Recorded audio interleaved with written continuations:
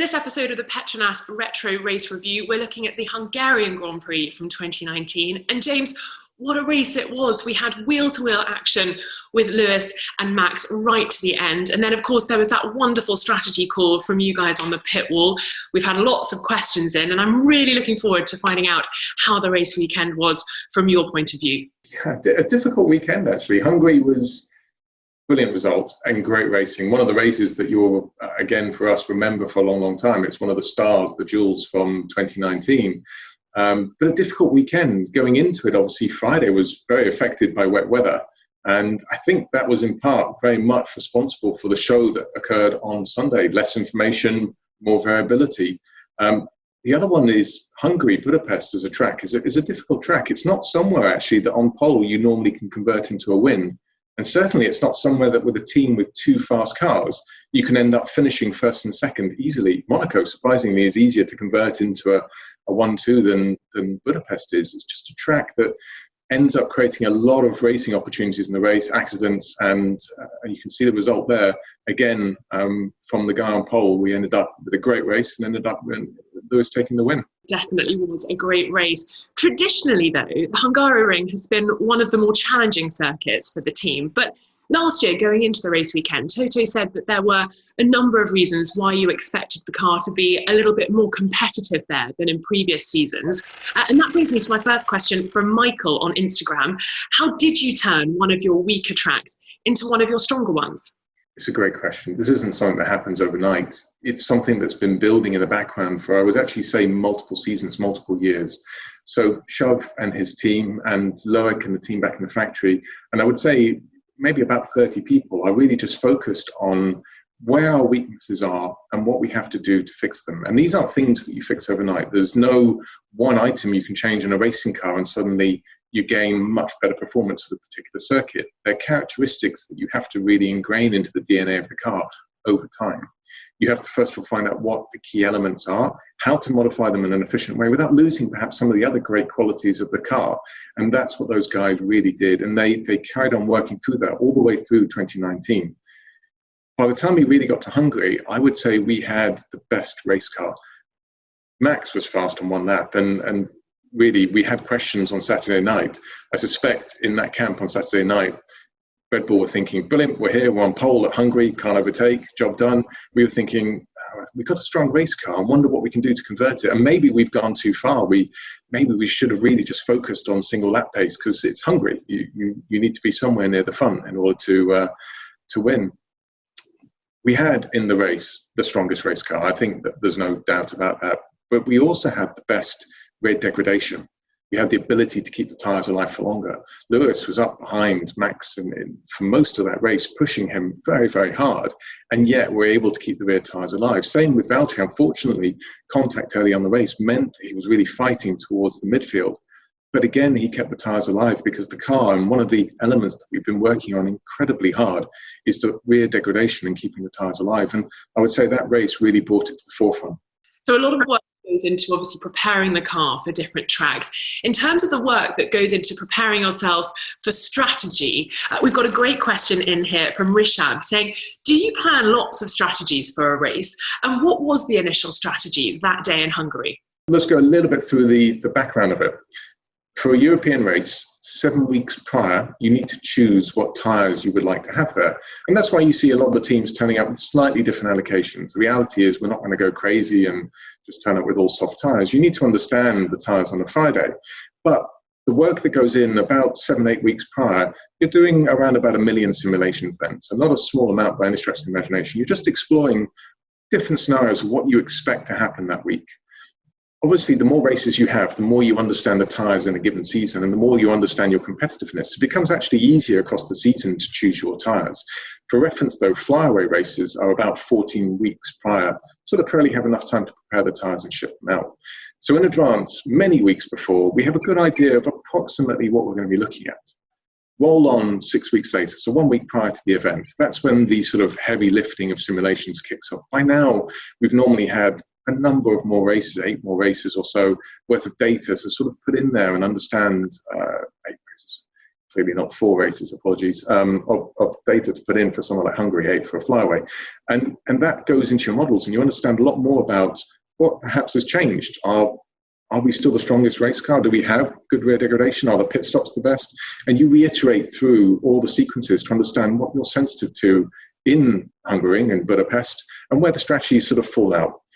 We have a plot here, which is the pre-race plot. And what you can see is this was sort of indicating that the 1 and the 2 stop were awfully close together, but it's Budapest. And the reality behind that 2-stop race is that you're going to have to fight through traffic to a certain extent. And even if you did, you barely catch the 1 stop on the last lap. And teams will rarely err towards a 2-stop in that given circumstance as a result of that.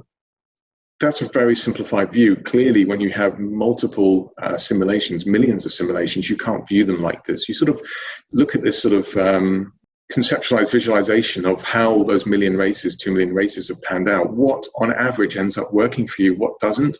What are the circumstances you need to be looking for across the weekend? And as you go into Friday, what should you be doing on a Friday to understand the tyres in the best way possible to then answer some of these questions, the unknowns, before you get into Saturday and then Sunday?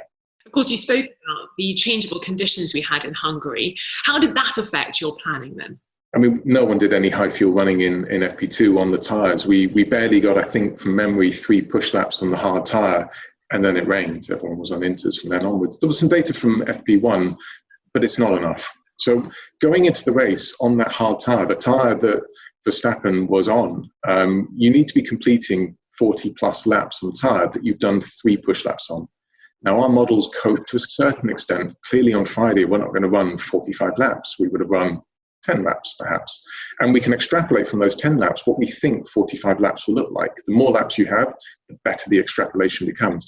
Bearing in mind, a track is a living entity in many regards. Just because the track was one way on a Friday in one temperature condition with rubber down doesn't mean it'll be anywhere near the same on Sunday. So you have to correct for all of these variables. And that's why you get unknowns going into the race. But in this circumstance, you're taking just literally this handful of data and trying to convert that into this prediction in many laps into the future.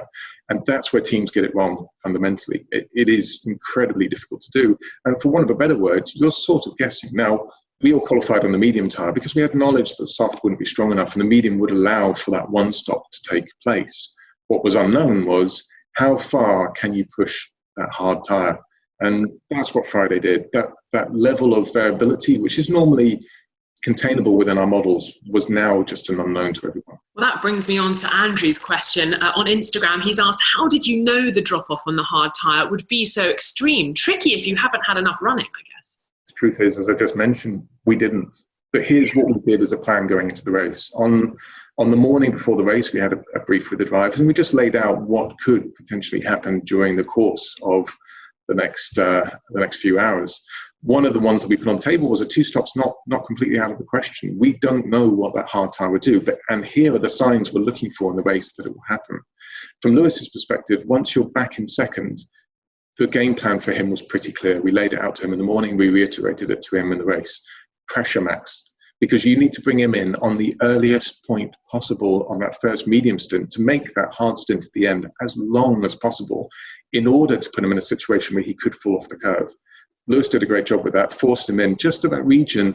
Again, we have a little plot here to show you the Ferraris were there. And as soon as Verstappen clears those Ferraris, they do the correct thing. They react and bring Verstappen in to fit those hard tyres. We would have done the same thing at the front of the grid. If you don't do that, we would have gone for the undercut, taken the risk on the hard tyre and been in the lead of the race. And Lewis did that. The next part of the plan was go as long as you possibly can on that first stint of the race. Take it to the point where the medium starts to drop off. The reason why, we'll get more and more wear data on that medium. When it comes in, the tyres and for the pit stop, the tyres come off the car and they're what we call wear checked. Effectively, they're cleaned up a little bit. They have holes across the surface of the tyres. You may have seen those on TV. We have a little gauge that just goes inside there and lets us know how much of the tyre has been used up. And that allows us to understand, to a certain extent, what it is relative to what we're expecting. How much wear was there relative to what we were really expecting at that point in the race? And it just helps your models feed a little bit more and understand what could happen in the forthcoming laps on the other compound. Again, it's a medium and you're trying to extrapolate in the hard, so there's a lot of unknowns, but everything helps. Lewis did take that tyre long, came back out, and you saw he was back up into Max's gearbox again on stint 2. And that's what we were asking him to do. Again, pressure him hard. Because either one or two things will happen. Either Max will run out of tyres because you're right in his gearbox and he's trying to defend against you. And we know we have better wear and degradation and you have a life advantage. Or we'll convert to a two-stop later on. And now he's on tyres that he's had to absolutely use to the maximum ability early on in that stint. And it gives you a best chance of making it work. So the plans that we laid out to Lewis near enough all came to fruition. We actually completed near enough everything I said.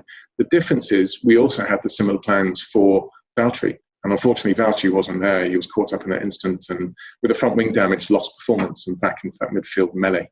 We did hear Lewis and Bono on the radio talking about Lewis's brakes, and we saw some brake dust on the cameras as well. Dan has asked on Instagram, how concerned were you on the pit wall over the brake issues that Lewis was suffering from? Very. I mean, we have systems that let us know where we can operate the brakes in a manner that we are confident the car will make it to the end of the race. These, like any limits, you breach over them, even a small amount, you are taking risks that that car won't finish anymore. And given the circumstance of finishing P2 or DNFing, and you have seen cars in Budapest previously with brake failure, it's a very serious and real concern. And you're clearly not going to throw away good points on the table for a championship as a result of fighting for a win. These metrics that we work to allow us to understand how we're performing on the brakes, and more importantly, give the driver a guide of what they should be doing in order to control it as best as possible. Because it's simple. They have tools at their disposition. One is getting the car into free air. The second is really lifting earlier, going to the corners, and getting the car to effectively use the brakes less than they normally would, using the natural aerodynamic forces to slow down the car. Lift and coasting is what it's normally called.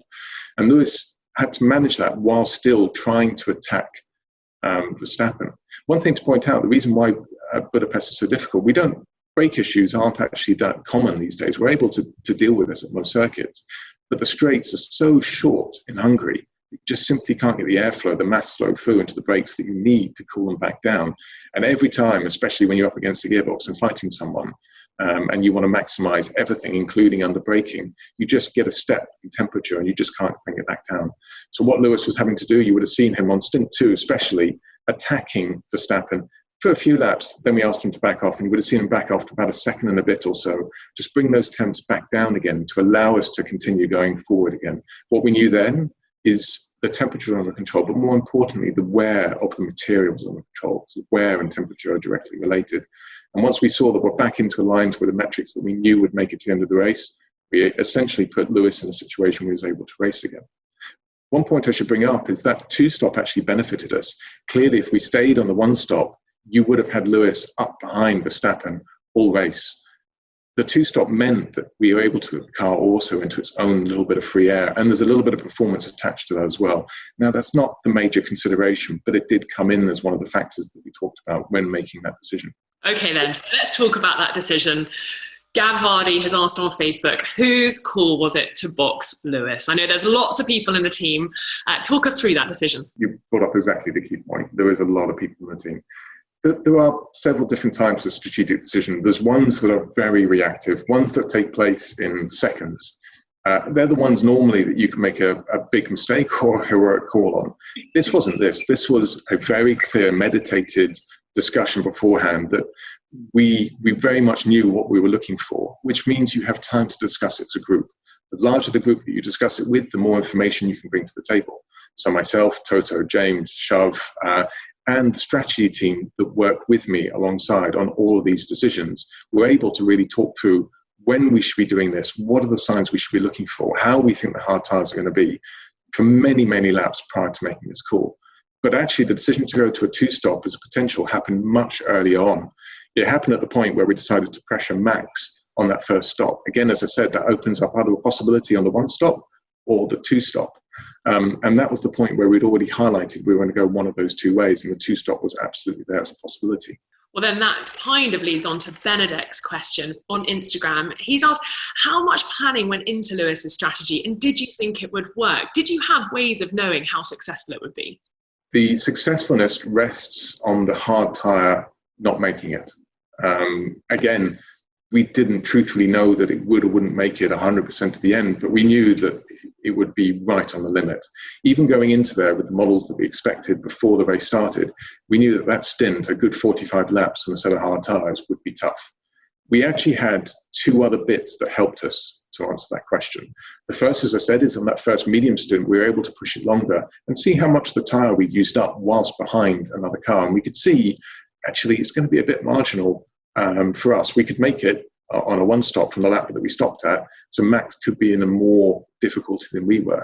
The second is that with Valtteri, we actually did exactly the same thing that we did with Lewis. It wasn't necessarily picked up, but we were one of the first cars that converted to that two-stop strategy in the midfield. Now, he gained relative to a car as a result of it. But the reason why it was less successful than Lewis is he had to drop behind three cars effectively after his outlap and overtake them on track. He did, and he did a great job with it. But it gave us, again, another step of information that allowed us to decide what to do with Lewis going forward in that race. So Valtteri was on that hard tyre, came off the car. We had a look at it. It was 2 laps prior to Lewis. We went, yeah, this wear is high. I think we have an opportunity here against Verstappen.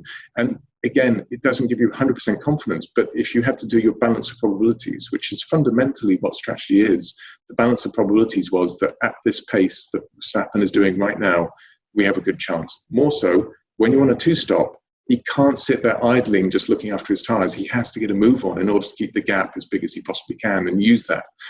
And the reality behind that is that will accelerate the wear. So nothing was 100% guaranteed, but we definitely knew that the best probability of winning was the two-stop, not staying out.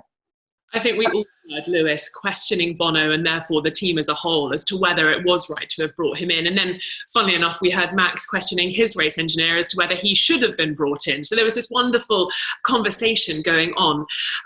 Of course, it is difficult to convince a driver when they're out there in the car to tell them, yes, we've got the data, it's going to work. Kadanoth on Instagram has asked, how tough is it to make Lewis or the driver believe in your strategy when they're out in the car? Lewis can see about 800 metres in front of him and a couple hundred metres behind him in the mirrors. That's his view of the world. And the minute you can't see a car, and for reference, that's a couple of seconds. Once they're about 3-4 seconds up the road, you can't see them anymore. You're sat there in your own world, and you know what lap times you're doing, and you understand what lap times they're doing. So now imagine Lewis's situation. He was on the gearbox of Verstappen. He was fighting him. He wasn't getting through, but he thought in time, give him another 40 chances, maybe he will get through. He now is sat there doing lap times that are almost the same as Verstappen's the first few laps. And yeah, the tyres feel great, but he's got this mountain to climb to catch up, and he definitely can't see him anymore. And for him right there, that's when you felt that doubt. But what happened with him is he asked the right questions and we reassured him with the right answers. At the point where he could start to see that actually Verstappen was just trying to do his best to do lap times that really were out of his reach. And actually Lewis could do lap times that were over a second a lap faster without trying that hard.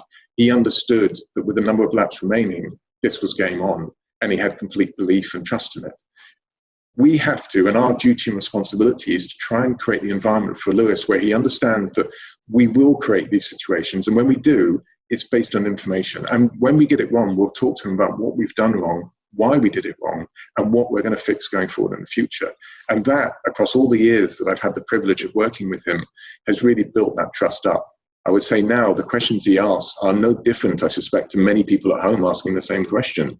He just needed confirmation that was more than perhaps the decision being made. And when it came to him, you would have seen he was on it. And like an arrow, he was straight up and onto the back of Verstappen as quick as he could.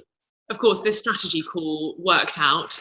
You've got the victory. But Denzel Clarkson has asked on Twitter, if you hadn't brought Lewis in for that two-stop strategy, would it still have been possible for Lewis to overtake Verstappen on the original one-stop? What did your data tell you?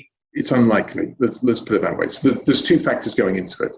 No one truthfully knows. I definitely can say that we had better race pace and a better race car than Verstappen. I think that the guys did a great job setting the car up, getting the car in the window. And as I said, many seasons worth of work went into making a car that was good in the race around Hungary. We knew we were on a strong platform. Conversely, Red Bull knew that they had a weaker package, both in terms of degradation and race pace. And whenever you have that, you have a strength that's in your court relative to someone else. So the reality behind it is now what you're relying on is that Verstappen's tyres drop off. Now, the reason why they dropped off is because he did push a lot harder when Lewis converted to that two-stop race. He was actually mostly in control of Lewis behind, and you would have seen we actually had to back Lewis off because of brake temperatures. That wouldn't have gone away. That wouldn't have got better during the course of the race. And whilst you truthfully don't really know what would happen going forward, I think the reality is Verstappen was managing it to a certain extent with Lewis behind him. You had to almost create a pressure situation that they couldn't control anymore. That's not to say, and I appreciate I haven't answered the question, would we have won on a one-stop? No one really knows. What I can definitely tell you is it was much better what we did in order to create an opportunity to win. The other point I should bring out is the strategy was great and it worked. We've also done another conversion stop at other places where you've caught up to the car and not got through. The reality behind it is this one was spectacular because the tension for us as well and the build-up that you could see happening over many, many laps. You knew that you were going to get these fireworks when the two came together. And on this particular occasion, as I say, that's why I remember it fondly. I definitely felt nervous. I was there, and I'm sure people at home who were watching also were nail-biting right until the end of the race. Formula Chosen has asked, what were the emotions like on the pit wall and in the garage as Lewis was closing in? What did you all feel like? So the exact emotion sequence of this, we're fairly calm individuals. We don't get carried away with things up until we know that we have delivered. I think that's the right way of putting it. So we didn't get excited at the point where we knew the lap times were coming in because you have so many concerns that you're harboring. Are the brakes going to be okay when you catch back up? Is the car reliability going to be okay? Is there anything we've missed at this point? What happens if another circumstance, a safety car happens? Well, now it's game over. It's not that you're pessimistic, but you are focused on the what ifs. And as a result of it, you don't let the joy and happiness of what may happen really wash over you. It's only at the point that the overtake happened that really I could say you get this wave that builds from the bottom up that just overwhelms you with emotion. It's like it's goosebumps is the way it comes out, which hopefully is the same feeling you will get as well. And when the overtake happens and we knew we were ahead, the brakes were okay, with very, very few laps left to go, and Verstappen really has to do another pit stop because his tyres are completely shot. That was the point that you had this expression of joy. And you see us do it in a number of different ways. When the camera's on the pit wall, you'll see us hit the pit wall, whoop in the air, make a lot of noise. Toto would probably smash the console. Not literally, the console's fine, I believe.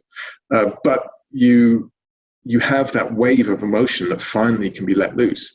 Then you harbour it, you bring it straight back in again because the car can still be unreliable. You can still have a safety car. You need to be on your toes. It's almost this momentary lapse of, I guess, your control to allow yourself to enjoy the moment. Then you get focused back in things.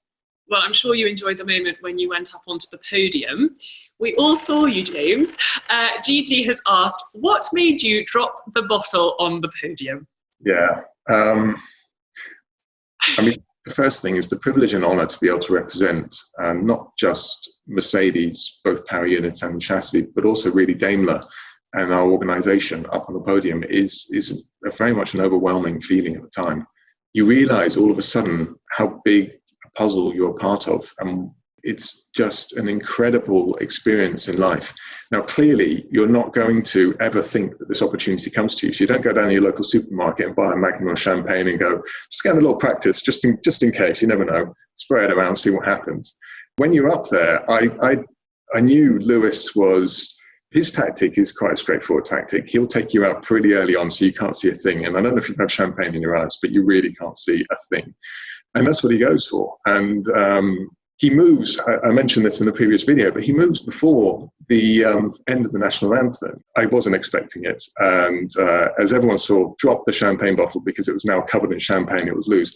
But that did a beautiful second order thing that I didn't expect, but should have, which had then completely fizzed it up. So now I have this really active champagne bottle, but I can't see where I'm aiming it whatsoever at all.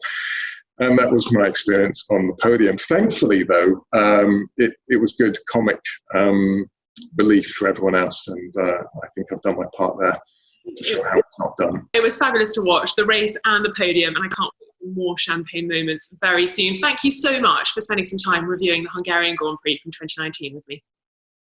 Not a problem, thank you.